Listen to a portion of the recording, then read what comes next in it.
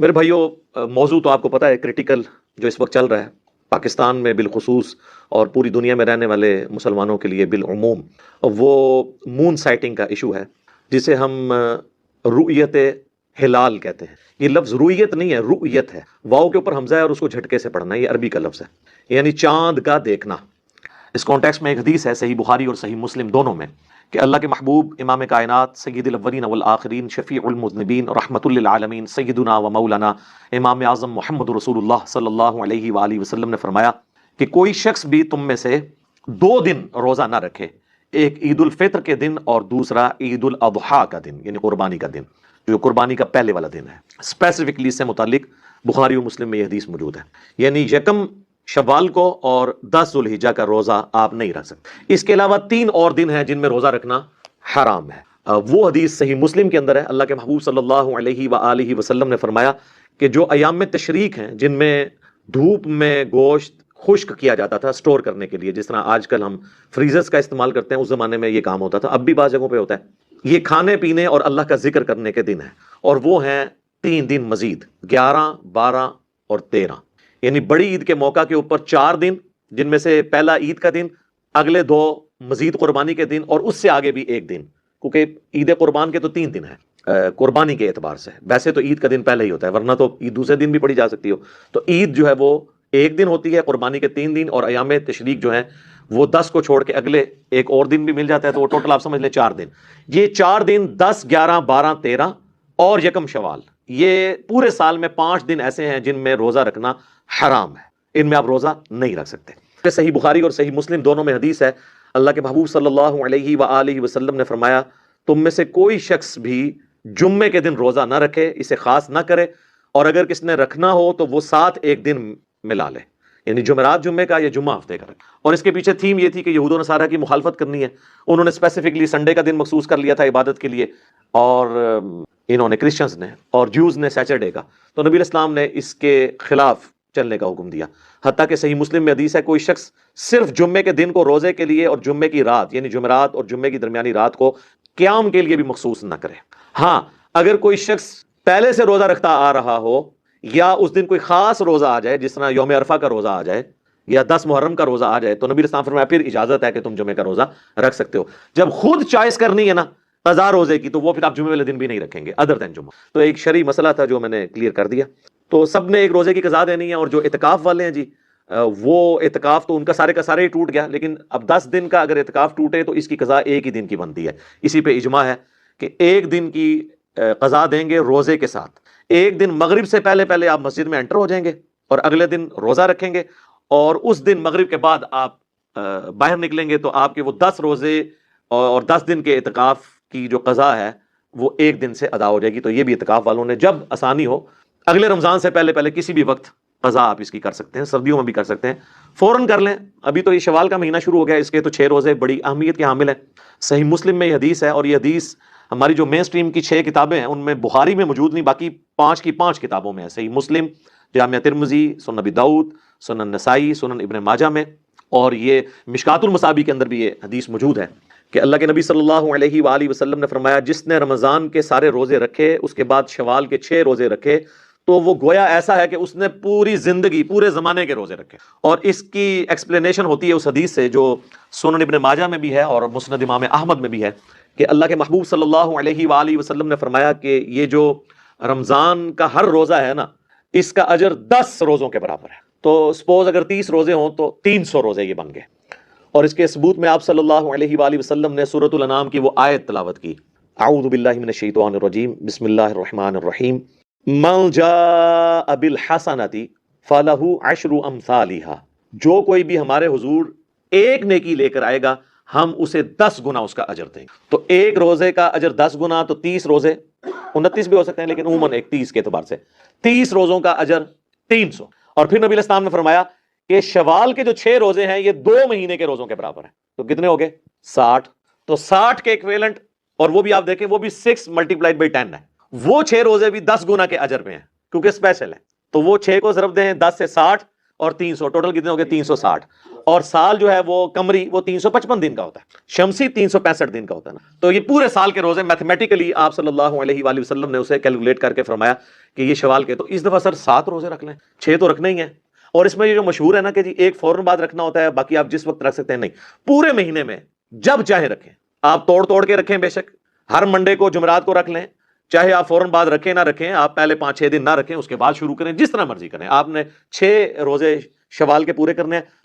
اور اس میں کوئی اس کو اینٹی اسٹیٹ بھی نہیں سمجھنا چاہیے. اس کی وجہ یہ ہے کہ جب سے ہوش سنبھالا ہے میں نے، 43 ایئرز میری ایج ہو چکی ہے آلموسٹ، تو ہم نے تو دیکھا ہے کہ کے پی میں ہمیشہ ہی 2 عیدیں منائی جاتی ہیں، اور وہاں تو نہ کسی کے خلاف کوئی FIR کٹتی ہے، نہ کوئی ایسا مسئلہ ہوتا ہے. بلکہ پچھلے سال تو اعلانیہ طور پر پورے کے پی نے ہی علیحدہ عید منائی تھی. تو اس میں کوئی پاکستان کے 1 یونٹ کو نقصان نہیں ہوتا. اور حقیقت تو یہ ہے کہ یہ 1 یونٹ والا بھی جو ہمیں مطالعہ پاکستان میں چیزیں غلط پڑھائی گئی ہیں، اصل میں جو قرارداد پاکستان میں تھی 22 مارچ 1940 کی، یہ 23 مارچ بھی ایک مت ہے. یہ اصل میں تو 23 مارچ جو ہے وہ یوم جمہوریہ تھا، اسے ڈائلیوٹ کرنے کے لیے ایک ڈکٹیٹر نے نا اس کو گھسیٹ کے 23 مارچ کر دیا. ایکچولی جو قرارداد پاکستان ہے نا 40 کی، جو لاہور میں ہوئی تھی، وہ 22 مارچ کو ہوئی تھی. تو اس کے اندر تو یہ چاروں صوبے جو تھے وہ انڈیپینڈنٹ تھے ایک اکائی کے انڈر، جو آج تک ہم نہیں کر سکے. تو اس کے بعد تو اگر چاروں صوبوں میں الگ بھی عید ہو تو کوئی ایسا مسئلہ نہیں ہے، یہ بھی کوئی پاکستان کے آئین کے خلاف نہیں ہوگا. اصل چیز یہ کہ چاند دیکھا جائے، وہ انشاءاللہ میں بعد میں ٹیکنیکلی ڈسکشن کرتا ہوں. تو اس کو کسی نے کوئی اپنا ذاتی مسئلہ اس حوالے سے نہیں بنانا. ویسے تو ہمیں پہلے ہی پتا تھا، میں تو اس کے بغیر ہی ڈیسائیڈ کر چکا تھا، کیونکہ ہم سائنس کے اسٹوڈنٹ ہیں، میں میکینیکل انجینئر ہوں اور میں سائنس کا اسٹوڈنٹ ہوں، میں ان چیزوں کو سمجھتا ہوں. ایک چیز جب اس کی رؤیت کا یعنی ممکن ہی نہیں ٹائم اس کے اوپر کوئی کہ جی میں نے نکال دیا، تو وہ اس طریقے سے تو زبردستی معاملہ ہو نہیں سکتا. ہاں ایک اور مسئلہ رہ گیا عید والا. اور بعض لوگوں کی عید چھوٹ گئی، اور یہ وہ لوگ کہہ رہے ہیں جو فجر کی نماز نہیں پڑھتے، زور نہیں پڑھتے، ان کو عید چھوٹ گئی. وہ عید تو یار بڑی چھوٹی نماز ہے اس کے مقابلے پہ. اکثر امت کے نزدیک یہ نفلی نماز ہے. حنفی سے واجب کہتے ہیں، وہ بھی فرض نہیں کہتے، اور وہ بھی کہتے ہیں جس کی چھوٹ گئی بس ٹھیک ہے، کوئی مسئلہ نہیں ہے، فرض کفایہ باقیوں کی طرف سے ادا ہو گیا. اور امام بخاری کا اس میں تفرد ہے، انہوں نے صحیح بخاری میں ایک بے سند روایت لی ہے، لیکن میں بیان کر دیتا ہوں. ان کا موقف یہ ہے کہ اگر کسی کی عید کی نماز کسی وجہ سے رہ جائے، وہ سویا رہ گیا، شامل ہوا، تو بعد میں 2 رکعت نفل وہ پڑھ لے، اس کے ایکویلنٹ عام طریقے سے 2 نفل، وہ تکبیرات کے ساتھ نہیں، عام 2 نفل پڑھ لے تو اس کے 1 منٹ. تو اگر کسی کو بہت زیادہ شوق پورا کرنا ہے نا، تو اس امام بخاری کے فتوے پہ عمل کر لے. ہمارے نزدیک تو امت کی اکثریت اس پہ متفق ہے کہ وہ جس کی رہ گئی عید، کوئی مسئلہ نہیں رہ گئی. ویسے اگر کوئی ایک گواہ بھی ہو، سنن ابی داؤد میں صحیح سند کے ساتھ یہ حدیث ہے کہ ایک صحابی حضرت عبداللہ ابن عمر نے گواہی دی کہ میں نے چاند دیکھا، نبی الاسلام نے اس کی بنیاد پہ بھی رؤیت کو مان لیا تھا. لیکن وہ بندہ اتھینٹک ہو، کریڈیبل بھی ہو. یہ نہیں ہے کہ ہر بندے کے کہنے کے اوپر آپ نے مان لینا ہے. وہ 1000 بھی ہو جھوٹا، تو 1000 بھی ہو تو جھوٹے ہی رہے گا. تو اس کی ایک پوری شرائط ہے کہ وہ سارا اس سے انٹرویو کیا جاتا ہے، ابھی کتنے بجے تم نے دیکھا. وہ ایک ہی جگہ پہ 4 بندوں کے جب بیانات لیے گئے ہیں، ایک کوئی اور ٹائم بتا رہا ہے، دوسرا کوئی اور ٹائم بتا رہا ہے، لوکیشن بھی ڈیفرنٹ بتا رہا ہے. پہلا تو سوال یہ ہوتا ہے نا کہ اس کا پیٹ کس طرف تھا اور نوک کس طرف تھی. اس میں کئی لوگ پھنس جاتے ہیں. ادھر سے ہی چور پکڑا جاتا ہے کہ چاند دیکھا بھی ہے کہ نہیں. کیونکہ اگر دائیں طرف پیٹ ہو نا، یعنی آپ ادھر سے کیمرے سے دیکھ رہے ہیں نا، اگر یہ چاند ہو نا تو یہ شروع کا چاند ہوتا ہے. اگر یہ چاند آپ کو نظر آ رہا ہے نا تو یہ آخری کا چاند ہوتا ہے. تو یہ یعنی آپ اگر کیمرے کی طرف سے دیکھ رہے ہیں نا، تو دائیں طرف جو یہ پیٹ ہو نا تو یہ شروع کے چاند ہوتے ہیں باریک، اور یہ والا جو ہے یہ آخر کا چاند ہوتا ہے. پہلے یہ باریک ہوتا ہے، پھر آہستہ آہستہ ہوتا ہے، یہ آدھے سرکل تک پہنچ جاتا ہے، وہ 7ویں کا ہوتا ہے. جب پورا ہو جاتا ہے 14، پھر ادھر جب آدھا ہوگا تو وہ 21ویں کا ہوگا، اور اس کے بعد پھر کام ہوتے ہوتے اس طریقے سے یہ چاند کی جو ہے نا وہ منازل طے ہوتی ہیں. تو یہ سراسر جو ہے وہ توہم پرستی ہے، کیونکہ آپ کو پتا ہے کہ اس طرح کا ایک حادثہ ایک سابقہ ڈکٹیٹر کے دور میں بھی ہوا تھا، ایوب خان کے. یعنی وہ تو ہماری پیدائش سے بھی بہت پہلے کی بات ہے. ادھر بھی ساری کے وقت لوگوں کو پتا چلا کہ عید ہو گئی ہے، تو اس کو کسی مولوی نے یا اس کے کسی پیر صاحب نے، کسی تعویذ دھاگے کرنے والے نے بتا دیا کہ جی یہ جو 2 خطبے ہیں نا حکمران پہ بھاری ہوتے ہیں. حکمران میں تو میرے بھائی یہ 2 خطبے تب بھاری ہوں جب ان خطبوں کے اوپر یہ چلیں. خطبوں میں علماء چیختے رہتے ہیں، کرتے ہی اپنی مرضی ہیں، تو یہ کہاں سے بھاری ان پہ. یعنی عید کے دن اگر جمعہ آ جائے تو یہ حکمران پہ بھاری ہوتا ہے. بھاری تو اس حکمران پہ ہونا کہ جو ڈر جائے اللہ کی دھمکی. جو نہیں ڈر رہا تو اس کو تو فرق نہیں، وہ تو قبر میں جا کے جو بھگتنا ہے اس نے بھگت. باقی اس میں ایک شرعی مسئلہ یاد رکھیے، سنن ابی داؤد میں حدیث ہے، سنن ابن ماجہ میں بھی موجود ہے کہ نبی صلی اللہ علیہ وآلہ وسلم کے مبارک زمانے میں ایک دن جمعے والے دن عید آ گئی، تو آپ نے عید پڑھانے کے بعد یہ اناؤنسمنٹ کی کہ جس نے عید پڑھ لی ہے تو وہ اپنے علاقوں میں واپس چلا جائے، اس کو جمعہ پڑھنے کی ضرورت نہیں ہے. اگر کوئی پڑھنا چاہتا ہے تو اپنی مرضی سے پڑھ لے، بل اس کو ضرورت نہیں، کیونکہ گاؤں ایریا سے لوگ آتے تھے جمعہ پڑھنے کے لیے. گاؤں کے لوگوں کے لیے اوپر تو جمعہ نہیں ہوتا نا، ادھر تو نہیں پڑھنا ہوتا، انہوں نے شہر میں آ کے پڑھنا ہوتا ہے. تو وہ اب لاجیکلی بھی ایک دن 2 خطبے کیسے بندہ کوئی سنے گا. جب عید کی صبح تقریر سن چکے اب دوبارہ، تو نبی علیہ السلام فرمایا کہ آپ لوگ جاؤ اپنے علاقوں میں جا کے ظہر کی نماز ادا. نبی علیہ السلام تو اتنی اس معاملے میں شفقت فرماتے تھے. بخاری مسلم میں حدیث ہے کہ اگر ابن عباس تو کہتے ہیں ایون ایک دن جمعے کا دن تھا تو ابن عباس نے مؤذن جب اذان دینا شروع ہوا تو حی علی الصلاح حی علی الفلاح پہ پہنچا تو انہوں نے مؤذن سے کہا کہ ساتھ کہو صلو فی الرحال، گھروں ہی میں نماز پڑھ لو. تو لوگوں نے کہا یہ کیا؟ انہوں نے کہا اللہ کے نبی اسلام بھی ہمارا خیال کرتے تھے کہ لوگ کیچڑ میں اپنے کپڑے خراب کرتے ہوئے مسجد میں آئیں گے تو جمعے کے دن بھی گھر میں ہی نماز پڑھ لو ظہر کی، مسجد میں آنے کی ضرورت نہیں ہے. اور یہ حکم آج تک ویلڈ ہے.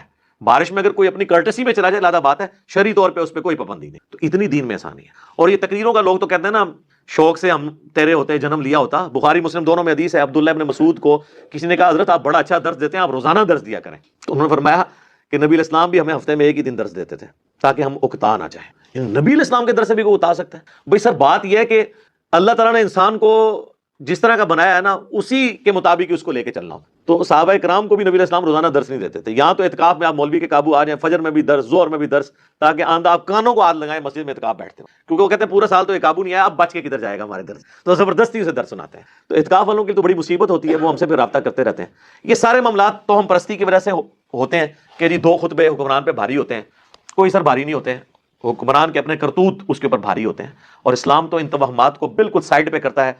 سورہ بنی اسرائیل میں اللہ تعالیٰ نے جو 10 کمانڈمنٹس نازل فرمائی ہیں، 9th کمانڈ سورہ بنی اسرائیل کی آیت نمبر 36 ہے، وَلَا تَقْفُ مَا لَيْسَ لَكَ بِهِ عِلْم. اے انسان کسی چیز کی پیروی اس وقت تک مت کر جب تک کہ تیرے پاس اس کے بارے میں ڈیفینیٹ علم نہ آ جائے. إِنَّ السَّمْعَ وَالْبَصَرَ وَالْفُؤَادَ كُلُّ أُولَٰئِكَ كَانَ عَنْهُ مَسْئُولًا. بے شک کان، آنکھیں اور عقل، دل ہو یا دماغ کوئی بھی چیز، اس کے بارے میں تم سے پوچھا جائے گا کہ ان 3 انسٹرومنٹس کو تم نے یوز کر کے حق بات تک پہنچنے کی کوشش کیوں نہیں کی. تو اسلام یہ نہیں کہتا کہ آپ تو ہم پرستی کے پیچھے چل پڑیں کہ جی کالی بلی راستہ کاٹ گئی ہے تو یہ نحوست ہے، اور جوتی پہ جوتی چڑھ گئی ہے تو سفر لکھا ہوا ہے، گھر کی منڈیر پہ کوا بول رہا ہے تو یہ مہمان کے آنے کی نوید ہے. یہ سب کی سب چیزیں جو ہے نا اسلام ان توہمات کو بالکل نہیں مانتا. اسلام کا اس کے ساتھ کوئی تعلق نہیں. اب کوئی اپنے آپ کو کتنا بڑا مسلمان ثابت کرتا رہے، اگر وہ اس طرح کے توہمات میں پھنسا ہوا ہے یا کوئی اس کو اس قسم کی پٹیاں پڑھاتا ہے، میں یہ اشارتاً بات کر رہا ہوں تاکہ ہدایت کا دروازہ کسی کے لیے بند نہ ہو کہ اگر کسی کے دماغ میں کسی نے یہ بات ڈال دی ہوئی ہے نا. اور یہ ہمارے حکمرانوں کے ساتھ ہمیشہ مسئلہ رہا ہے. ہمارے موجودہ حکمران ہو یا اس سے پہلے بھی جتنے حکمران ہیں، یہ سارے اس قسم کی چکر بازیوں میں پھنسے رہتے ہیں. کوئی کسی ننگے پیر سے جا کے چھڑی مروا رہا ہوتا ہے، کوئی کہتا ہے جی پانیوں کا سفر نہیں کرنا، آپ نے پہاڑوں کی طرف سفر نہیں کرنا. یہ ہم بچپن سے اس طرح کی چیزیں سنتے ہیں، حالانکہ ان کا تعلق بالکل کتاب و سنت سے نہیں. ایک مسلمان کو یہ زیب نہیں دیتا کہ وہ اس قسم کی گفتگو کرے یا اس طرح کی باتوں کے اوپر یقین رکھے. وَلِعَوْذُ بِاللَّهِ تعالی. اب آ جائیں ان چیزوں کے اوپر جو ٹیکنیکل ڈسکشن اس حوالے سے. یہ جو وحدت امت کے نام کے اوپر یا امت کو جوڑنے کے نام کے اوپر، یا کبھی پوری دنیا میں جی اگر خلافت قائم ہو گئی تو پھر کیا ہوگا، جی ایک خلیفہ ہوگا تو پوری دنیا میں ایک ہی عید ہوگی، ایک ہی وقت میں رمضان شروع ہوگا، یہ ہوگا. میرے بھائی اسلام کو اس طرح کی کوئی چیز مطلوب نہیں ہے، اور اسلام میں اس طرح کا عقیدہ رکھنا محض جہالت ہے، بدعت ہے، حرام ہے. اب میں یہ دلائل سے ثابت کرتا ہوں. اگر آپ نے اس کو دین سمجھا ہوا ہے نا خلافت کے نام کے اوپر یا کسی چیز کے نام کے اوپر، تو یہ بالکل آپ کی دین سے جہالت ہے، اس کا دین سے کوئی تعلق نہیں ہے. دیکھیں سعودیہ میں جب دن ہوتا ہے تو امریکہ کے بعض علاقے ہیں جہاں پہ رات ہوتی ہے، تو کیا کریں گے؟ کل کو تو کسی کے دماغ میں یہ بھی کیڑا آئے گا کہ یہ کیا ہوا کہ ہم پاکستان میں عصر کی نماز پڑھ رہے ہوتے ہیں اور حرمین میں اس وقت زور ہو رہی ہوتی ہے، ہم یہاں پہ عشاء پڑھ رہے ہوتے ہیں، وہاں پہ مغرب ہو رہی ہوتی ہے، کیونکہ ہم GMT+5 میں 2 گھنٹے کا فرق ہے. تو کل کو نمازیں بھی آپ ایک کرنے کی کوشش کریں گے. اس طریقے سے نہیں ہوتا. رؤیت ہلال کا جو ایشو ہے، مون سائٹنگ کا ایشو، یہ کوئی نیا ایشو نہیں ہے، شروع سے ہے. اس حوالے سے قرآن حکیم میں اور بخاری اور مسلم میں خصوصاً جو احادیث موجود ہیں وہ بالکل واضح ہیں، اس میں کوئی گنجائش ہی نہیں ہے کہ اس میں کوئی باطل داخل ہو سکے. سب سے پہلے تو سورۃ البقرہ کی آیت نمبر 189 ہے. اعوذ باللہ من الشیطان الرجیم، بسم اللہ الرحمن الرحیم. یسألونک عن الاہلہ، اے نبی تم سے سوال کرتے ہیں یہ چاند کے گھٹنے اور بڑھنے کے اوپر. قل ہی مواقیت للناس والحج، تو فرما دو کہ یہ لوگوں کے لیے اللہ نے وقت جو ہے اس کی میئرمنٹ کا، اندازہ لگانے کا، اور حج کے جو دن ہے ان کے اندازہ لگانے مقرر کرنے کا ایک ذریعہ بنایا. یعنی یہ کیلنڈر ہے جو اللہ تعالیٰ نے لٹکا دیا آسمان. اور آپ کو پتا ہے جس طرح نارتھ سٹار کے ذریعے آپ ڈائریکشن لوکیٹ کر سکتے ہیں، اگر آپ کا چہرہ نارتھ سٹار کی طرف ہو تو آپ کے رائٹ پہ ایسٹ ہوگا، لیفٹ پہ ویسٹ ہوگا، اور پیچھے آپ کا ساؤتھ ہوگا. اسی طریقے سے اگر آپ کو چاند کا اندازہ ہو تو آپ چاند کو دیکھ کے آلموسٹ تاریخ چاند کی بتا سکتے ہیں. یعنی اگر آپ کیمرے کی طرف سے دیکھ رہے ہیں نا، یہ میرے ہاتھوں کو دیکھیں تو یہ جو میرا لیفٹ والا ہاتھ اگر آپ کیمرے کی طرف سے دیکھ رہے ہیں تو اگر یوں چاند نظر آئے جس کا پیٹ رائٹ کی جانب ہو تو یہ شروع کا چاند ہوگا، اور پھر یہ موٹا ہوتے ہوتے ہوئے نصف تک پہنچے گا تو 7 تاریخ ہوگی، اور جب یہ پورا ہو جائے گا تو یہ 14 ہو جائے گی، اور اس طرف جب نصف ہوگا تو یہ 21 ہوگی، اور ادھر سے کم ہوتا ہوتا کم ہو جائے گا. تو یہ اس کو اگر آپ غور سے دیکھیں نا تو آپ کو پتا چل جائے گا. تو رائٹ کی طرف سے سٹارٹ ہوتا ہے، یعنی رائٹ کی طرف اس کا پیٹ ہو جس نے یہ ہے تو وہ شروع کا چاند ہوتا ہے، جس کا پیٹ لیفٹ کی جانب ہو وہ آخری دنوں کا چاند ہوتا ہے. تو اس سے تاریخ کا آپ بڑی آسانی کے ساتھ اندازہ لگا سکتے ہیں. پاکستان کے جھنڈے پہ جو چاند ہے وہ آخری تاریخوں کا ہے. تو مجھ سے مشورہ ہوتا تو میں اس کو شروع کی تاریخ کا چاند بناتا. وہ کہتے ہیں جی وہ 27 رمضان کو ہوا تھا نا اس لیے انہوں نے بنایا. خیر یہ تو بڑی عجیب و غریب توجہ ہے، کیونکہ جھنڈا جو ہے نا وہ پہلے ڈیزائن ہو چکا تھا، اس دن نہیں جھنڈا ڈیزائن ہوا تھا. تو بعض جو چیزیں رپورٹ ہوئی ہیں وہ ہے کہ 11 اگست کو جھنڈا پیش ہو گیا تھا اپروول کے لیے، تو وہ تو اس سے پہلے تھا.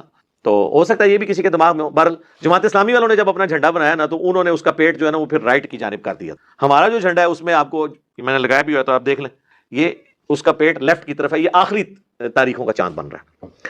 اچھا اب صحیح بخاری اور مسلم میں اوپر تلے کئی احادیث ہیں، میں ان کو بھی کور کر دیتا ہوں. اگر آپ اکٹھی آپ کو نا وہ احادیث مل جائیں گی. اللہ کے محبوب صلی اللہ علیہ وآلہ وسلم نے ارشاد فرمایا کہ تم میں سے کوئی شخص اس وقت تک روزہ نہ رکھے جب تک کہ چاند نہ دیکھ لے، اور روزے رکھنا بند نہ کرے جب تک کہ چاند نہ دیکھ لے. پھر آپ نے فرمایا کہ مہینہ 29 کا بھی ہوتا ہے اور 30 کا بھی، اور جب مطلع ابر آلود ہو یعنی بادل چھائے ہوئے ہوں یا آج کل کے دور میں پولوشن ہو تو پھر تم 30 کی گنتی پوری شمار کر لیا. اس سے واضح پتہ چلا کہ رؤیت ہلال یہ اسلام کے شعائر میں سے ہے، سمبلز میں سے ہے، یہ رؤیت ہونا ضروری ہے. میں فنیٹک نہیں ہوں کہ اگر بادل آئے ہوئے ہیں اور اگر آپ بادلوں کے اوپر جہاز بھیج دیتے ہیں اور وہ دیکھ لیتا ہے تو ٹھیک ہے، رؤیت ہو گئی. لیکن یہ نہیں ہے کہ بادلوں کے اوپر بھی چاند ابھی تک دیکھے جانے کے قابل نہیں اور آپ کہیں جی چونکہ بادل آئے ہوئے ہیں تو اس لیے چھپا ہوا ہے ورنہ نظر آ جاتا. اس طرح نہیں، یہ ہو سکتا ہے آپ اس پہ اجتہاد بھی کر سکتے ہیں کہ ایک علاقے کے جس میں پاکستان کا تو ایک سٹینڈرڈ ٹائم ہے نا GMT+5 ٹائم زون ہے، اس میں اوپر سے لے کے نیچے تک آپ یہ کہہ سکتے ہیں کہ جی اگر یہ لاہور میں چاند نظر آیا ہے تو گجرات میں یا جہلم میں چونکہ بادل تھے، اگر وہاں بادل نہ ہوتے تو یہ چاند وہاں پہ بھی نظر آتا، تو اس لیے یہ والے لوگ بھی عید کر لیں تو بالکل ٹھیک ہے. ہم کہتے ہیں ایڈنگ ڈیوائس بھی آپ یوز کریں، ایون نیکڈ آئی سے نہ بھی نظر آئے، دوربین سے بھی اگر کوئی دیکھ لیتا ہے چاند، لیکن سائنٹیفکلی یہ چیز پروف ہو کہ چاند پیدا ہو کے رؤیت کے قابل ہو چکے ہیں. اس طرح نہیں یہ پیدا ہو کے 13 گھنٹے میں تو یہ رؤیت کے قابل نہیں، کم از کم 20 گھنٹے اس کی عمر ہونی چاہیے پھر وہ رؤیت کے قابل ہوتا ہے. تو نبی اسلام نے واضح فرما دیا کہ پھر آپ نے 30 کی گنتی پوری کرنی ہے. اور اس میں ایک بڑی انٹرسٹنگ حدیث ہے صحیح مسلم میں، صحابہ کہتے ہیں ہم عمرے کے لیے روانہ ہوئے تو راستے میں جب ہم نے رمضان کا چاند دیکھا تو کسی نے کہا یہ دوسری کا ہے، کسی نے کہا تیسری کا ہے.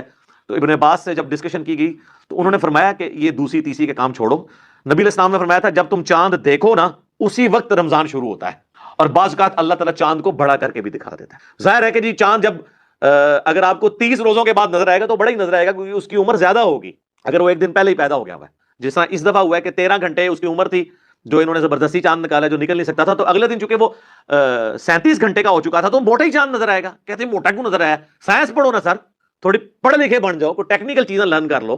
مطلب لوگ کہتے ہیں جو 80 آج تک ایسی کوئی گل سنی نہیں، قرآن دی سی تسی قرآن دیس پڑھے ہی نہیں، تو قرآن دی نہ قرآن حدیث پڑھے نہ سائنس پڑھی.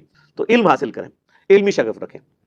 اب میرے بھائیو اس حوالے سے ایک اور حدیث جو ڈیسائسو ہے اسی کے اوپر ہم کنکلوڈ کریں گے، وہ صحیح مسلم میں حدیث ہے، وہ حدیث جامعہ ترمذی میں بھی موجود ہے، وہ حدیث صحیح ابن خزیمہ کے اندر بھی موجود ہے اور کئی احادیث کی کتابوں میں ہے. اور اس حدیث کے اوپر محدثین نے اپنے فہم بھی لکھے ہیں، وہ میں بعد میں بتا دیتا ہوں. صحیح مسلم میں حدیث ہے کہ حضرت معاویہ رضی اللہ تعالیٰ عنہ کے دور ملوکیت میں جب آلموسٹ آپ سمجھ لیں 3 براعظموں میں مسلمانوں کی حکومت تھی، وہاں سے آپ دیکھ لیں شام سے لے کر یہاں پہ خراسان تک، افغانستان تک، تو ان کے دور میں صحیح مسلم کے الفاظ ہیں. ایک صحابی کہتے ہیں میں حضرت معاویہ رضی اللہ تعالیٰ عنہ کو ملنے گیا تو ہم نے وہاں رمضان کا چاند جمعے کی رات یعنی جمعرات اور جمعے کی درمیانی رات کو دیکھا. جب میں واپس آیا مدینہ شریف تو عبداللہ ابن عباس رضی اللہ تعالیٰ عنہ سے گپ شپ شروع ہوئی تو انہوں نے پوچھا کہ بھئی تم نے چاند کب دیکھا تھا؟ تو انہوں نے کہا ہم نے تو جمعے کی رات کو یعنی جمعرات اور جمعے کی درمیانی رات کو دیکھ لیا تھا، اور ہم نے جمعے کو روزہ رکھا اور حضرت معاویہ رضی اللہ عنہ نے بھی اس وقت انہوں نے بھی روزہ رکھا. تو ابن عباس نے کہا واللہ کیسے ہی؟ انہوں نے کہا لیکن انہوں نے کہا ہم نے تو مدینہ شریف میں جو ہے وہ ہفتے کی رات کو چاند دیکھا تھا، یعنی جمعے اور ہفتے کی درمیانی رات. تو اس نے پھر پوچھا کہ پھر حضرت معاویہ کے روزے کا کیا بنے گا؟ ان کا حضرت معاویہ اپنے علاقے کے مطابق اپنا روزہ لے کے چلیں گے اور ہم حضرت معاویہ کو فالو نہیں کریں گے. ہم جب تک چاند نہ دیکھ لیں ہم روزہ رکھنا بند نہیں کریں گے اور عید نہیں منائیں گے، اور اگر چاند نہ نظر آیا ابر آلود ہونے کی وجہ سے تو ہم 30 کی گنتی پوری کریں گے، کیونکہ ہمیں نبی علیہ السلام نے یہی حکم دیا تھا کہ ہر علاقے کی اپنی رویت کا اعتبار ہے. تو یہ جو لوگ کہتے ہیں نا خلافت قائم ہو جائے، ایک خلیفہ ہو تو پوری دنیا میں ایک عید ہو، ایک کہانیاں بند کرو. جدوں یہ خلافت ایک سی نا یا ملوکیت، اس ٹائم بھی ابن عباس کہہ رہے ہیں کہ حضرت معاویہ اپنی عید کریں گے شام کے مطابق، مدینے میں بھی ان کی حکومت تھی، مدینے میں ہم اپنے رویت کے مطابق کریں گے. اور اس میں ایک اور پھکی لے لیں کہ شام میں چاند سعودیہ سے بھی پہلے نظر آ گیا. تو یہ جو سعودیہ پارٹی یہاں ریالوں والی بیٹھی ہوئی ہے نا، جو کہتی ہے جی سعودیہ کے ساتھ کریں، تو ان کو کہیں کہ سعودیہ کے ساتھ نہ کریں. صحیح مسلم میں ثابت ہو گیا کہ سعودیہ سے بھی ایک دن پہلے چاند شام میں نظر آیا. تو ویسے اس وقت تو شام میں زیادہ تر جو ہے وہ شیعہ ہیں، تو ان کو کہنا چاہیے شام کے ساتھ کریں یا افریقن ملکوں کے ساتھ کریں، کیونکہ سعودیہ والوں کو بھی یہ کہ وہ افریقن ملکوں کے ساتھ کریں، وہاں سے بھی پہلے چاند نظر آتا ہے. یہ میں الزامی جواب اینٹی وینم حقی کے طور پہ بات کر رہا ہوں، اور سر اپنے اپنے مطابق کرنا ہے. اس میں واضح ابن عباس کہہ رہے ہیں ہمیں اللہ کے نبی نے حکم دیا. اس صحیح مسلم کے حدیث کے اوپر باب باندھا ہے امام نووی نے، کیونکہ انہوں نے تبویب کی تھی المتوفا 676 ہجری کہ ہر علاقے کی اپنی رویت کا اعتبار ہے اور ایک کی رویت دوسرے کے لیے کفایت نہیں کرے گی. اسی حدیث کے اوپر امام ترمذی نے باب باندھا ہے کہ ہر علاقے کی رویت کا اعتبار اپنے علاقے کے لیے دوسرے کے لیے وہ نہیں کرے گی. اسی کے اوپر امام ابن خزیمہ جو امام بخاری کے شاگرد ہیں، انہوں نے صحیح ابن خزیمہ حدیث کی کتاب میں لی یہ المتوفا 311 ہجری، انہوں نے بھی یہی باب باندھا کہ ہر علاقے کی اپنی رویت ہے. اور امام ابن عبد البر جو ایک بہت بڑے اہل سنت کے امام ہیں اندلس میں، اسپین کے اندر، یورپ میں، الاستذکار ان کی کتاب ہے، 463 ہجری میں فوت ہوئے. انہوں نے باقاعدہ یہی حدیث مسلم شریف کی اور ترمذی کی لے کر انہوں نے یہ رزلٹ نکالا کہ یہ حدیث واضح ثبوت ہے کہ ہر علاقے کی اپنی رویت کا اعتبار ہوگا. پھر انہوں نے ایک جملہ لکھا کہ اندلس کی جو رویت ہے وہ خراسان کو کفایت نہیں کرے گی اور خراسان کی رویت اندلس کو نہیں کرے گی. یعنی اندلس اسپین یورپ میں اور خراسان ایشیا میں، اور اس وقت ساری جگہ پہ مسلمانوں کی حکومت تھی. وہاں پہ بنو امیہ تھے یورپ میں، اور باقی پورے ایریے پہ بنو عباس کی حکومت تھی. تو انہوں نے کہا نہیں، ہر علاقے کے لوگ اپنی رویت کے مطابق چلیں گے. یہ اتنی واضح چیزوں کے بعد یہ رٹ لگانا کہ سعودیہ کے مطابق کریں گے، سعودیہ کے مطابق کریں گے، یہ کہانی کرانی بند کریں. اس کا کوئی ریالٹی سے تعلق نہیں ہے، نہ قرآن و سنت کے دلائل کے ساتھ اس کا تعلق ہے. بہرحال جہاں پہ اب چاند نظر نہیں آتا تو وہ اپنے قریبی علاقوں کے ساتھ اجتہاد کریں. امریکہ کے بعض علاقوں میں چاند نظر نہیں آتا، یورپ میں نظر نہیں آتا بعض جگہوں پہ، تو ان کے قریب والے جو علاقے بنتے ہیں نا، جہاں سے وہ اجتہاد کر سکتے ہیں کہ یہ ایک ٹائم زون ہے، وہاں پہ یہ ہے تو یہاں پہ بھی نظر، اس اعتبار سے وہ اس کے مطابق کریں. جہاں پہ چاند بالکل نظر ہی نہیں آتا ہر وقت، وہاں پہ موسم اس طرح کا ابر آلود رہتا ہے یا پولوشن کی وجہ سے. باقی رہ گیا یہ مسئلہ جہاں پہ چاند نظر آتا ہے تو وہ چاند ہی کو فالو کریں، وہ خام خواہ سعودیہ کے ساتھ اور ادھر جانے کی کوشش نہ کریں. اجتہاد کے بھی مطلب ایک طریقہ ہے نا، اجتہاد ایمی تو نہیں ہو جاتا، کسی اجتہاد یا قیاس کسی بنیاد کے اوپر ہوتا ہے، وہ تو ہم اس کو اسلام کا رکن مانتے ہیں، لیکن کتاب اللہ سنت اجماع کے بعد.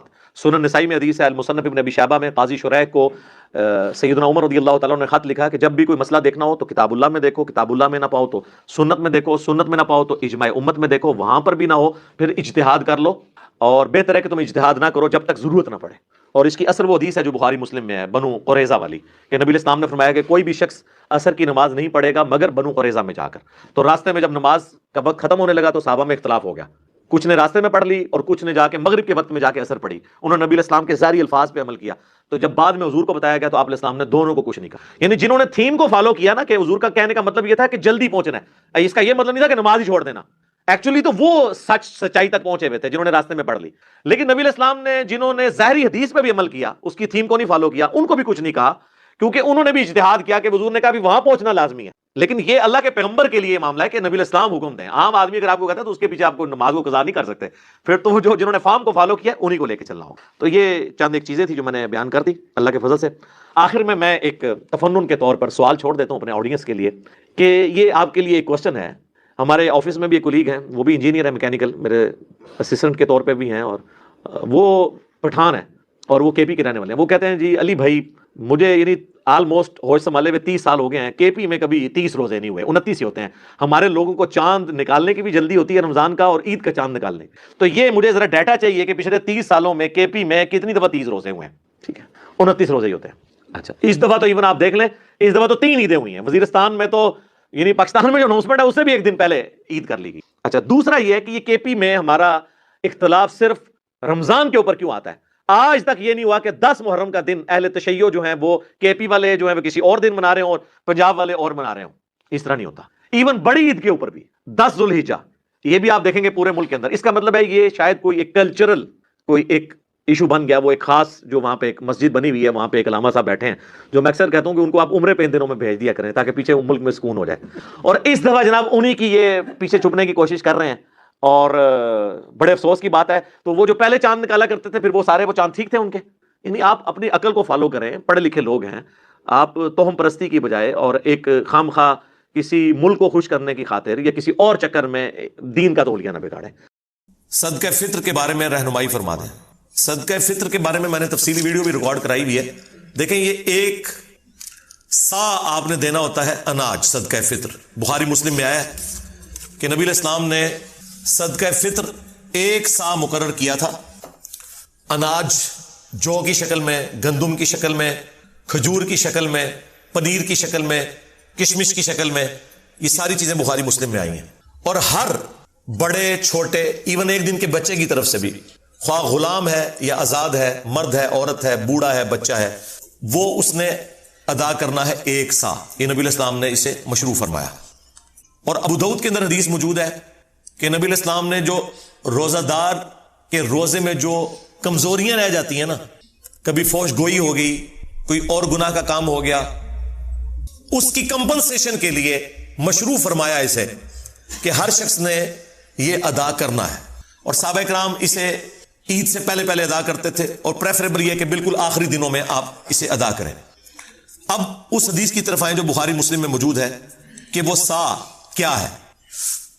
سا ایک پیمانہ تھا میئرمنٹ کا نبی علیہ السلام کے مبارک زمانے کے اندر. 1 سا کے اندر 4 مد ہوا کرتے تھے. جس طرح ہمارے زمانے میں 1 کلو گرام کے اندر 4 پاؤ ہوتے ہیں. 1 کلو گرام ہم کتنا لیتے ہیں؟ 1000 گرام. اور 1 پاؤ کتنا ہے؟ 250 گرام. 250 والے 4 ہوں تو 1 کلو گرام بن جاتا ہے. بالکل اس طریقے سے اس زمانے میں 4 مد مل کر 1 سا بنایا کرتے تھے. اور یہ میئرمنٹ تولنے کے اعتبار سے نہیں ہوتی تھی، ماپنے کے اعتبار سے ہوتی تھی. یعنی گڈویاں بنی ہوئی تھی. جس طرح ہم بھی بچپن میں کبھی محلے میں وہ بیر بیچنے آتا تھا تو وہ گڈویاں بھر کے نا وہ دیتے ہوتے تھے. آج کل تو تول کے ہوتے ہیں نا، گڈویوں کے ذریعے ہوتے تھے. ابھی بھی گڈویوں والا ہے ماپنے والا. دودھ کے کیس میں 1 لیٹر کا ہم نے پیمانہ رکھا ہوا ہے. 1 لیٹر کے اندر 1000 ملی لیٹر ہوتے ہیں. لیکن ہم غلط العام میں پتا اسے کیا کہتے ہیں؟ 1 کلو دودھ دے دو. حالانکہ اگر آپ 1 کلو دودھ لے رہے ہیں تو وہ 1 لیٹر دودھ سے کم ہوگا، کیونکہ دودھ کا وزن پانی سے زیادہ ہوتا ہے. ہاں 1 کلو گرام پانی اور 1 لیٹر پانی یہ اپنے وزن میں برابر ہوں گے، کیونکہ وہ 1 لیٹر پیمانہ رکھے یہ گیا ہے کہ سٹینڈرڈ پانی کو مانا گیا ہے کہ پانی کا جو وزن ہے نا 1 کلو گرام جو ہو، وہ پانی جتنا والیوم گھیرتا ہے، جتنی جگہ گھیرتا ہے، اسے 1 لیٹر قرار دے دیا گیا اور وہ پیمانہ بن گیا اس کا. لیکن دودھ تو پانی سے تھوڑا وزنی ہوتا ہے. تو دودھ اگر آپ 1 کلو گرام لیتے ہیں نا، 1 کلو گرام دودھ، تو وہ آپ کو 1 لیٹر پانی یا 1 لیٹر جو دودھ ہونا چاہیے تھا اس سے کم پڑے گا، کیونکہ اس کا وزن زیادہ ہے. وہ پہلے ہی پورا ہو جائے گا. ٹھیک ہو گیا؟ یہ میں نے آپ کو کلیریفائی کر دیا. اچھا اب آ جائیں اس طرف. تو اب عرب ملکوں کے اندر تو یہ آج ظاہر ہے وہ عرب کے لوگ پھر اپنی اس ڈکشنری کو ٹرانسفر کر کے باقی لوگوں کو بتاتے ہیں. یہ پیمانے تو ان کے تھے. تو اس میں جو سعودی عرب کی فتویٰ کمیٹی ہے نا، اس نے باقاعدہ اس کی کیلکولیشن کی ہے 2600 گرام. یہ فتویٰ کمیٹی نے جو ڈاکومنٹ نکالا نا، ویسے تو اگر یہ پورا 2500 گرام ہوتا تو ہم کہہ دیتے 2.5 کلو، لیکن انہوں نے نکالا ہے اس کا 2600 گرام، یعنی 2.5 کلو کے اوپر 100 گرام. ایک کیلکولیشن یہ چل رہی ہے. ایک اور کیلکولیشن ہے جس میں ذرا پرانے زمانے کی ہے، وہ کنورژن کرتے ہیں نا، 2750 گرام بن رہا ہے، یعنی 2.25 کلو. اور ایک تیسری کیلکولیشن میں 2400 گرام بن رہا ہے، جس میں 1 مد 600 گرام کے برابر ہے، تو وہ 4 مد 1 سا مل کے 2400. تو یہ 3 یعنی چل رہے ہیں 2400 گرام، 2600 گرام، 2750 گرام. یہ 2750 جو ہے یہ سیف سائڈ کے اوپر ہے، یہ 2.25 کلو ہے. ٹھیک ہے؟ تو 2750 گرام یعنی کہ 2.25 کلو یہ اپروپریٹ ہے. 1 سا 2750 گرام 2.25 کلو. اور اگر زیادہ احتیاط آپ نے کرنی ہے، راؤنڈ آف کر لیں، 3 کلو ہی دے دیں. 3 کلو کھجور بھی دے سکتے ہیں، ظاہر ہے وہ تو مہنگی پڑے گی، 600 روپے کلو کھجور آلموسٹ ہے 1800. آٹا کتنا کلو چل رہا ہے جی؟ 150. تو اگر آٹا لیں گے 300 تو 450 روپے بن جائے گا. ٹھیک ہے؟ کشمش لیں گے تو ہزاروں میں بنے گی. پنیر لیں گے ہزاروں میں بنے گی. اچھا یہ سب پھر وہ آپ نے 2.25 کلو یا 3 کلو سب کے لیے وزن ایک ہی ہے، 1 سا. کیونکہ بخاری مسلم میں ہے کہ 1 سا دیتے تھے اناج، اور پھر ساتھ یہ ہے کشمش، پنیر، کھجور، گندم، جو اناج ہے وہ سارے کا سارا اس میں آتا ہے. وزن وہی رہے گا 2.25 کلو یا راؤنڈ آف کر کے 3 کلو. اور یہ جو میں آپ کو یہ فگر بتا رہا ہوں یہ سنی اور شیعہ کے ہاں کامن ہے.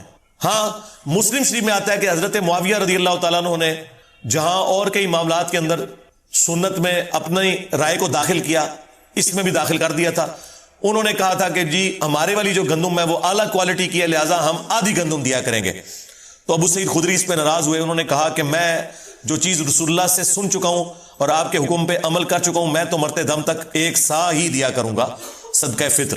تو شکر الحمدللہ ماموں پارٹی بھی ایک سا ہی دیتی ہے آج. ہاں، وہ ماموں کے مطابق نہیں چل رہے بلکہ بخاری مسلم کے مطابق چل رہے ہیں. تو وہ آپ نے نصف سا نہیں کرنا کہ جی وہ والی گندم سستی ہے تو وہ والی مہنگی ہے. گندم جو آپ کھاتے ہیں وہ. اب اگر کوئی یورپ اور امریکہ میں ہے نا جناب، تو اس نے یورپ اور امریکہ کے ریٹ کے اوپر کرنا ہے. تقسیم بے شک پاکستان میں کرے لیکن کھارا تو وہاں سے ہے نا. یہ تو نہیں ہو سکتا کہ کھارا وہاں ہے اور کیلکولیشن یہاں کی نکالے گا وہ. نہ، اس طرح نہیں ہو سکتا. ہاں، قربانی کے جانور والا معاملہ ایک الگ ہے.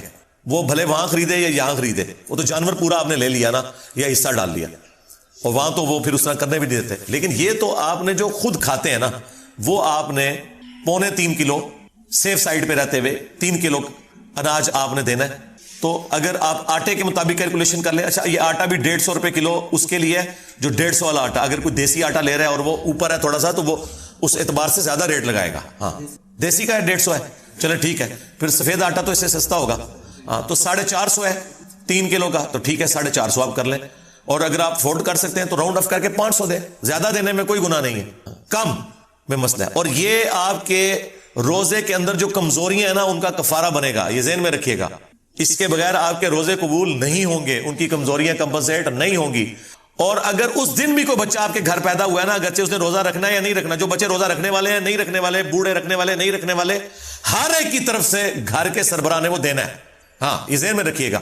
اس میں کوئی روزہ رکھتا ہے یا نہیں رکھتا، ہاں جو بندہ افورڈ نہیں کر سکتا، اس کے لیے کوئی نصاب نہیں ہے زکات والا کہ ایک بندہ کہ میں امیر ہوں گا تو ہی میں دوں گا. نہیں، ایک عام آدمی بھی دے گا.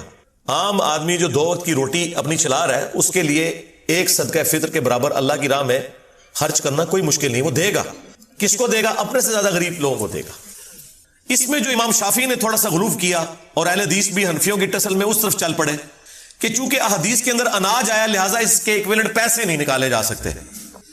آپ کو پتا ہے یہ بات؟ اہل حدیث کہتے ہیں کہ اگر کسی نے 2.5 کلو یا 2.25 یا 3 کلو اناج کے پیسے دے دیے تو اس کا صدقہ فطر ادا نہیں ہوگا. حنفی کہتے ہیں نہیں، پیسے بھی دے سکتے ہیں اور آپ اناج بھی دے سکتے ہیں. میرا موقف امام حنیفہ کے ساتھ ہے. یہ جو اہل حدیث نے مسئلہ کھڑا کیا اور امام شافعی سے مستعار لیا حنفیوں کی ٹسل میں، یہ بالکل باطل ہے. مجھے بتائیں، اب جتنی آبادی ہو چکی ہوئی ہے، اگر آپ اسے راشن میں ٹرانسلیٹ کرنا شروع کر دیں، پھر تو مدرسوں اور مسجدوں کے باہر لا کے بڑی بڑے ٹرک اور کنٹینر کھڑے کرنے پڑیں گے. یہ پاسبل ہے آج کے دور کے اندر. اور پھر جن مولویوں کو آپ مسجد میں جاتے ہوئے پیسے دے رہے ہیں، ان سے پوچھیں کہ یار تم نے اتنا جو یہ اکٹھا کیا ہے پیسہ، بعد میں راشن لیتے ہو پھر اس کا؟ ہو سکتا ہے آپ کو کہہ دیں ہم لیتے ہیں، لیکن لیتے کوئی نہیں ہوں گے. کون لے گا یار؟ لاکھوں روپے کے تو انہیں بڑے بڑے کنٹینر گندم کے اور وہ آٹے کے لینے پڑیں گے اور بوریاں. پھر اس کو تقسیم کرنے کا تکلف کون اٹھائے گا؟ اور یہ آٹا اتنا نہیں ہے کہ یہ خود کھا لیں. کتنا کھائیں گے؟ یہ تو سینکڑوں سال تک کھاتے رہے تو جتنا انہوں نے اکٹھا کیا ختم نہیں ہونا. اور بس وہ پیسے لگا رہے ہیں اپنی گاڑیوں کے پیٹرول کے اوپر اور اپنے گھر کے بجلی کے بلوں کے اوپر. تسی خوش ہو، صدقہ فطر ادا کرتا ہے، تسی دے رہے وہ خوش. تو یہ باطل مسئلہ ہے. اور اس میں علمی ان کو اینٹی وینم اور الزامی جواب دیتا ہوں کہ زکات جو ہے وہ آپ کی دولت کا 40واں حصہ ہوتا ہے. آپ نے ہر سال نکالنی ہے 2.5%. تو مجھے بتائیں، کیا ہم سونے کی زکات جب نکالتے ہیں تو اس سونے کو توڑوا کے اس کا 40واں حصہ دیتے ہیں یا اس کے برابر کرنسی دیتے ہیں اللہ کی بارگاہ میں؟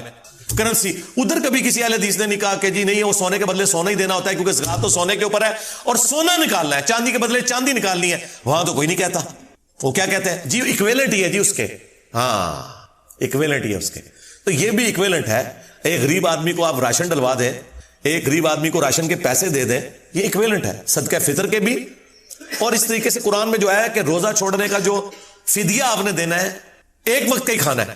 وہاں پہ میں حنفیوں کے ساتھ نہیں ہوں. حنفی کہتے ہیں 2 وقت کا کھانا ہے. خود سے انہوں نے دین میں داخل کیا ہے. وہاں اہل حدیث کا موقف ٹھیک ہے. دیکھیں ہم تو بیلنس چلتے ہیں، جس کی جو بات درست ہے اس کو صحیح کہتے ہیں. کہ قرآن میں جب آیا نا کہ آپ نے روزے کے بدلے فدیہ دینا ہے، تو قرآن کو کوئی آر نہیں تھی یہ کہنے میں کہ 2 وقت کا کھانا.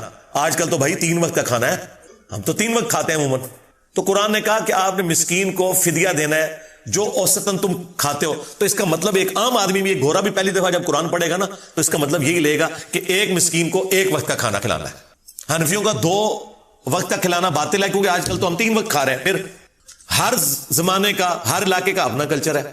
وہ بات ٹھیک ہے کہ ایک کھانے کے پیٹ خواہ اسے کھانا کھلا دیں مسکین کو, خواہ اسے اتنی رقم دے دیں.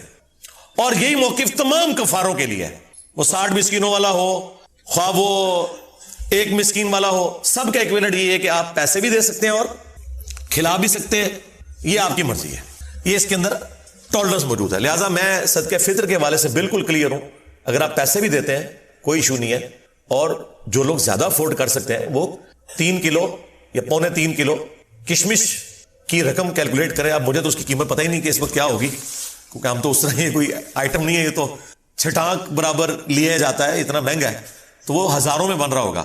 پنیر, چلے پنیر کی تو ہم کیلکولیشن کسی حد تک کر سکتے ہیں اس اعتبار سے کہ دیسی گھی کا کیا ریٹ چل رہا ہے جی آج کل, 3000 روپے کلو, تو 9000 روپیہ ہوگا اگر آپ دیسی گھی بھی دے سکتے ہیں.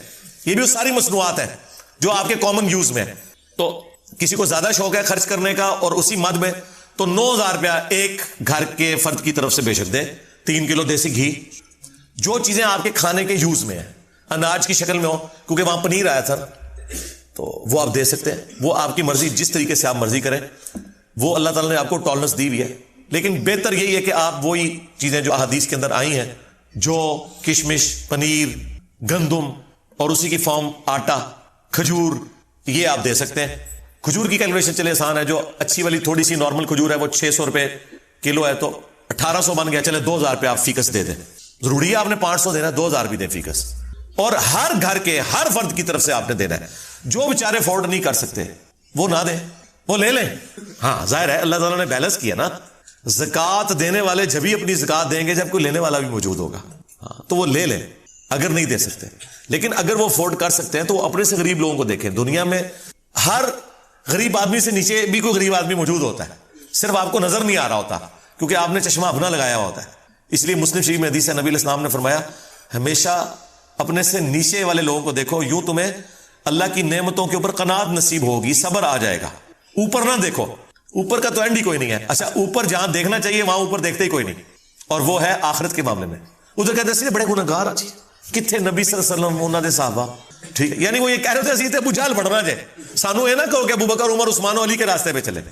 جہاں ہمیں کوشش کرنی چاہیے اعلیٰ درجے کی کہ ہم پیغمبروں کا پڑوس جنت میں حاصل کریں, وہاں کہتے ہیں سیدھے بڑے گناہگار, اور دنیاوی معاملات میں دوسری طرف چل پڑتے ہیں. یہ انسان اپنے آپ کو دھوکہ دے رہا ہوتا ہے, اس سے زیادہ کچھ نہیں ہے. اور نبی علیہ السلام نے بالکل اپوزٹ اس کی تعلیمات دی ہیں. بخاری مسلم میں حدیث ہے, اے اللہ محمد اور آل محمد کو بس اتنا ہی رزق دینا کہ ان کی روح اور جسم کا رشتہ برقرار رہے, بس سانسیں میری چلتی رہیں, اتنا رزق کافی ہے. ہاں بخاری مسلم دونوں میں حدیث ہے, عائشہ سلام اللہ علیہا کہتی ہیں کہ بعض اوقات 1 مہینہ, بعض اوقات 2-3 مہینے بھی گزر جاتے تھے, ہمارے گھر چولہا نہیں جلتا تھا, 2 کالی چیزوں کھجور اور پانی کے اوپر گزارا ہوتا تھا, اور وہ بھی ٹنوں ٹن نہیں, 2 کھجوریں صبح اور 2 شام کے وقت, یہ ٹوٹل خوراک تھی. اور ایک میٹھا پانی کا پیالہ جو اس زمانے میں کئی میلوں سے پیدل بھر کے لانا پڑتا تھا, تکلیف دہ کام تھا, اس لیے پانی بھی کوئی تھوک کے صاف سے نہیں تھا جو آج آپ ٹوٹیاں کھول دیتے ہیں. پانی میٹھا بھی ایک ایشو تھا. یہ ٹوٹل ان کا ایک سرمایہ تھا. اور پھر وہ رکت انگیز حدیث جو بخاری مسلم کی ہے, جب نبی علیہ السلام اپنی بیویوں سے ناراض ہو کے گھر کے اوپر والے حصے میں شفٹ ہو گئے, جس میں صرف ایک مشکیزہ کونے میں لٹک رہا تھا اور ایک برتن پانی والا اور ایک چٹائی, اور اس میں نبی علیہ السلام آرام فرماتے, اور آپ کے اوپر کرتا بھی کوئی نہیں تھا, صرف تہمت باندھی ہوئی تھی. آپ لیٹے ہوئے ہیں. حضرت عمر اجازت لے کے جب گئے, آپ نے ایلا کیا تھا, 1 مہینے تک بیویوں سے ناراض ہوئے تھے کیونکہ بیویوں نے ڈیمانڈ کی تھی کہ اب تو ہمیں وسعت ہو چکی ہے, ہمارا خرچہ بڑھائیں. لیکن حضور تو فقر کی زندگی گزار رہے تھے, اور پھر اللہ تعالیٰ نے اپنے نبی کا ساتھ دیا ہے, ان کی بیویوں کا ساتھ نہیں دیا.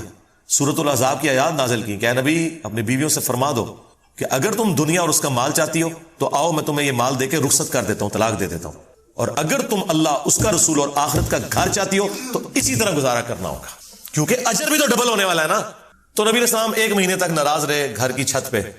اسی میں ہی حدیث میں بخاری مسلم میں آتا ہے کہ سیدنا عمر نے جا کے اپنی بیٹی کو بھی ڈانٹا, سیدہ حفصہ کو, باقی بیویوں کے ساتھ بھی جا کے تھوڑی مس ہینڈلنگ کی. بعد میں وہ پھر پچھتاتے بھی تھے, مجھے کیا یہ رائٹ پہنچتا, چلو میں اپنی بیٹی کو تو ڈانٹ سکتا ہوں, باقی بیویوں کو میں کیسے. لیکن وہ حضور کی محبت میں, آپ پتہ ہے حضرت عمر تو پھر میرے سے زیادہ جذباتی تھے.